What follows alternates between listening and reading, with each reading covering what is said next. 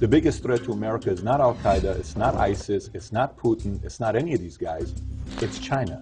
Do you really believe that? I believe it. I think it's the most consequential, existential threat. From 2011 to 2013, they poured more concrete than we did in the entire 20th century. Is that a factual statement? That's a factual statement. They had 100 years of bad luck, and now they're back on top. They are still, in their minds, perfecting their ability to control people. At any moment, this thing could become unraveled. Who are you more concerned about, the totalitarian regime or the large technology company? Today, they have the same business model. Really? Called Stealth War, how China took over while America's elite slept. I literally couldn't put this book down. Guaranteed. China and Russia's in our network. I guarantee it, particularly because you put out that video on China. Not only can you not opt out, you don't know who owns the data. Everything that you do can be watched. Is it political? To me, it's not political. It's not about quid pro quo. It's about adopting Xi Jinping's worldview. There is terabytes and terabytes of data that's created about you, and you have no control over it. The only one that should have say over who has access to your data is you.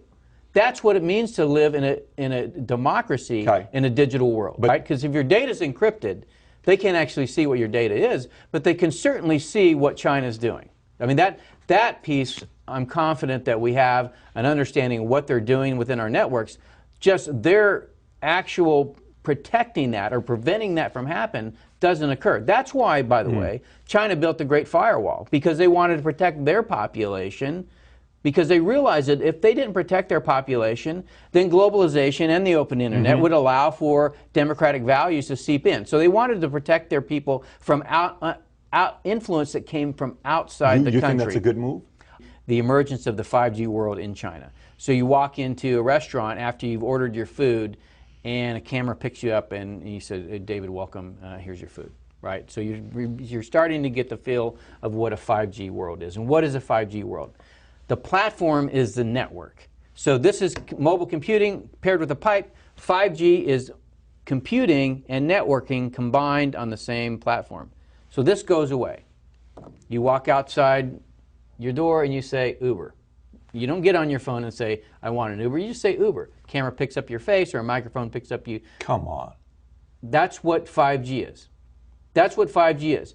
And then the Uber shows up. There's a camera on the car that sees you, knows who you are, don't have to ask you your name. You get in and you go to wherever you want. You get out and you go do whatever you want. It's not in your phone anymore. Not only can you not opt out, you don't know who owns the data. Everything that you do can be watched. 2 people for every camera in China by 2022. They have 1 billion right now on surveillance. Right, 1 billion cameras in China right now. With artificial intelligence for facial recognition, right?